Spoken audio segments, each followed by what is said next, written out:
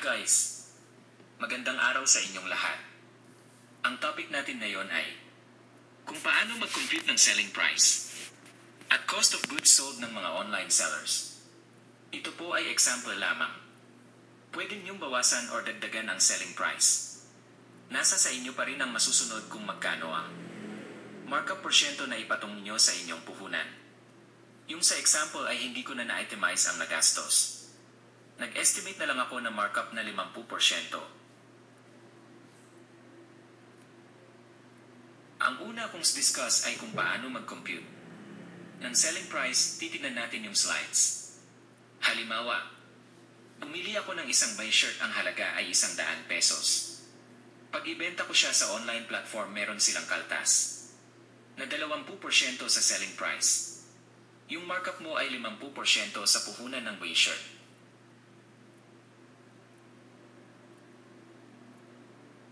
Hahanapin natin ang selling price ng buy shirt. Ang puhunan na multiply natin sa 1 plus platform fees porsyento at markup porsyento. 100 multiply, isa panandang pandagdag 70%. 100 multiply 1.7. Selling price is equals to 100 multiply ili 1.7. The result is 170 pesos ang selling price.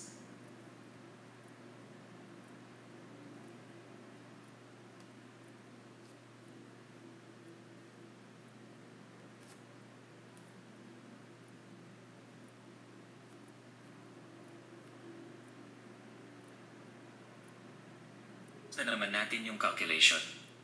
Nakapagbenta tayo ng isang buy shirt sa halagang 170 pesos. Hanapin natin kung magkano ang puhunan kung nag-markup ka ng 50% at yung online platform ay nagkaltas ng 20% na platform fees. Ang pag-compute ng cost of goods sold ay sell price na 170 divide natin sa 1 plus 50% plus 20%. 170 divide 1.7. Cost of goods sold is equals 100 pesos. Next, to discuss natin kung paano mag-journal entry sa transaction na ito. Tingnan natin yung slides. Pag-record natin sa sales ay yung 170 pesos na sales ay ilagay natin sa credit side. At yung cash naman na 170 pesos ay ilagay natin sa debit side. Dahil meron sales na transaction na naganap yung inventory natin, ay nabawasan, kaya record din natin yung inventory na nabawas at yung cost ng product na nabawas.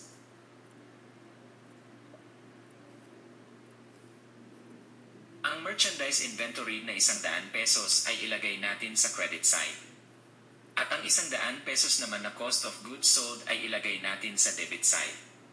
Pag meron sales na transaction, meron ka na rin tax payables, kaya record din natin. Ang tax payable ay bali yung gross sales na 170, tapos yung tax stat niya ay 3% depende sa receipt na angkop sa business mo. Ang 3% ng 170 ay 5.1 pesos. Yung 5.1 pesos na payables ay ilagay natin sa credit side. At 5.1 pesos na tax and licenses expenses ilagay natin sa debit side. Yung recording natin ay perpetual inventory, siya need pa din natin na mag-periodic inventory, physical count, para malaman ang actual na ending inventory. Okay guys, abangan na rin ninyo uli ang susunod ko pa na mga videos. Bye!